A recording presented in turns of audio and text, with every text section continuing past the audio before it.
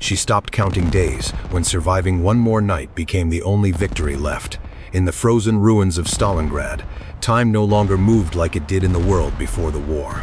There were no normal mornings, no peaceful evenings, no clean separation between one day and the next. There was only darkness, artillery, hunger, cold, and the constant question of who would still be breathing when dawn came. Anya, a young Soviet nurse, had stopped asking what date it was. At first she had tried to remember. She had scratched marks into a broken piece of wood near the cellar wall, one mark for every day she survived inside the ruined city. But after the shelling grew worse, after the wounded began arriving faster than she could count them, after hunger made her hands shake even while she wrapped bandages, she stopped. The numbers no longer mattered. In Stalingrad, a person did not live by calendars anymore. A person lived from one bombardment to the next, from one breath to the next, from one night to the next. The city above her was no longer a city. It was a skeleton of brick, smoke, snow, and fire. Streets had become trenches of rubble. Houses had become walls without rooms. Windows stared empty and black. The snow that fell over Stalingrad did not stay white for long. It mixed with ash, mud, blood, coal dust, and shattered plaster until it became gray and heavy, like the city itself had turned to frozen dirt. Anya worked in a cellar beneath one of the broken buildings near the front. It had once been storage space for ordinary things. Potatoes, jars, coal, maybe tools. Now it was an aid station. A few cots had been made from doors and crates. Blankets were thin, damp, and never enough. A rough wooden table held bandages, scissors, a dented metal cup, a basin with water gone cloudy from use, and a few scraps of bread wrapped in cloth as carefully as if they were medicine. The cellar was colder than any room should be, but safer than the street. That was enough.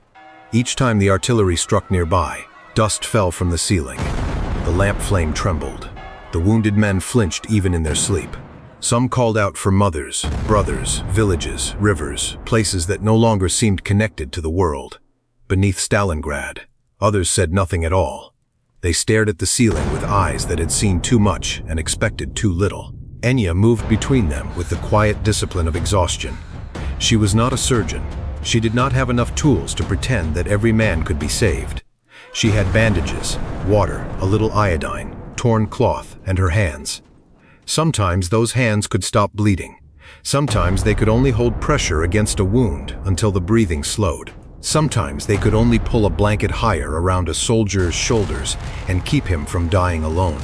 That night, the wounded arrived just before dusk. Two men helped carry a young Soviet soldier down the broken cellar steps.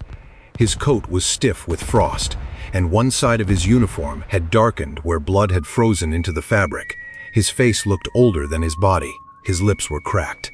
His eyes opened and closed as if he were fighting not to sink into sleep. Anya cleared a place near the wall. "Put him here," she said. Though her voice was barely more than a breath, the men lowered him onto the makeshift cot. One of them stayed only long enough to help remove the frozen outer layer of the soldier's coat. Then another shell landed somewhere above the street. The building shook. Dust fell. A piece of plaster broke loose from the ceiling and shattered near the table. No one screamed. They had all learned that screaming used too much strength. Anya bent over the wounded soldier and began cutting away the ruined cloth around his injury. Her fingers were numb, but she forced them to obey. The bandage she chose was not clean enough, but it was the best she had. She folded it, pressed it, wrapped it, tightened it, then paused to watch his face. "Stay awake," she whispered. He did not answer. She reached for the metal cup and lifted his head enough to wet his lips with a little water. Not too much. There was never enough. Every drop had to be measured. Water was not only water anymore. Bread was not only bread. Cloth was not only cloth. Everything had become life divided into smaller and smaller pieces.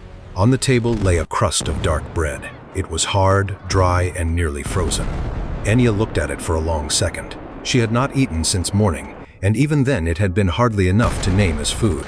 Hunger had become part of her body. It sat behind her ribs, inside her hands, beneath her eyes. But the wounded soldier's breathing was shallow, and she knew that if he slipped fully into sleep, he might never return from it. She broke off a piece of bread no larger than her thumb. The sound of the crust cracking seemed too loud in the cellar. She placed it in his hand first. then realized he did not have the strength to lift it. So she held it near his mouth and waited until he took a small bite. He chewed slowly, painfully, like even that required courage. Around them, other wounded men watched, not with envy exactly, but with the empty attention of people who understood hunger too well. Enya folded the cloth back over what remained of the bread. Another shell landed farther away. The sound rolled through the ground like thunder under stone. The lamp flickered again. For a moment, the cellar seemed to breathe in and out with the war above it. Night settled without ceremony. There was no true darkness in the cellar, only a dim brown glow from the lamp and the faint gray suggestion of the stairwell. Enya sat beside the wounded soldier and listened to his breathing. That was how she measured time now. Not by clocks, but by breath. Hers, the man on the far cot who wheezed whenever the dust thickened. The older soldier near the crates who muttered in fever, and then fell silent for long minutes at a time. Outside, Stalingrad was being torn apart. Street by street, the artillery did not stop. Sometimes the explosions came one at a time, distant and heavy. Sometimes they came in clusters, so close together that the cellar walls seemed to shrink around everyone inside. Dust covered the bandages. Dust covered the bread. Dust settled on the wounded, as if the ruined city were slowly burying them even before they died. Enya stood when she could no longer feel her legs. She moved to another cot, changed another bandage, checked another pulse. Her body wanted sleep so badly that the room seemed to tilt around her.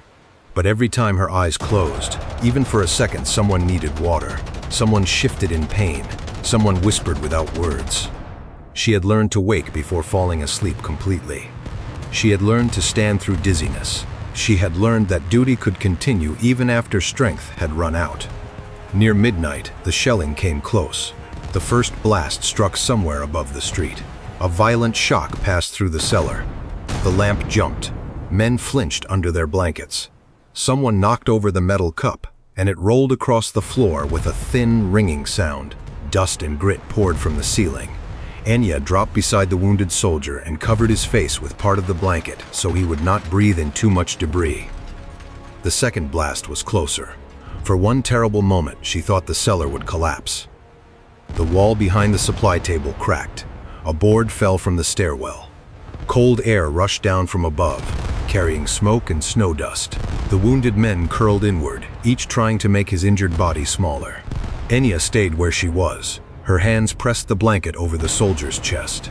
She could feel his breath beneath it, weak but present. She counted without meaning to 1 breath, 2, 3, still alive. When the shaking finally eased, the cellar did not become safe. It only became quieter. There was no safety in Stalingrad, only pauses between dangers. Enya stood slowly and picked up the cup. Her hands were shaking now, not from fear alone, but from hunger and cold and exhaustion. She set the cup back on the table, brushed dust from the bandages, and looked at the remaining bread. A few crumbs had fallen onto the wood. She gathered them carefully with her fingertips. Nothing could be wasted. The wounded soldier opened his eyes. He looked at her as if he had returned from somewhere far away, and was surprised to find the world still there. Enya gave him another sip of water. She wanted to tell him he would live, but she had stopped making promises she could not keep. Instead, she adjusted his blanket and sat beside him again. The hours after midnight were the hardest. The cold deepened. The lamp burned lower. The wounded men drifted between sleep and pain. Enya felt the weight of every night she had already survived, pressing against this one. She wondered if the world outside Stalingrad still had warm rooms, clean sheets, bread on tables, streets where people walked without listening for shells. She tried to remember the sound of ordinary silence, but the war had filled even memory with artillery. She looked toward the stairwell. Above it, the city was still fighting. Somewhere in the ruins, men were holding positions in factories, houses, cellars, staircases, and rooms with no roofs. Somewhere,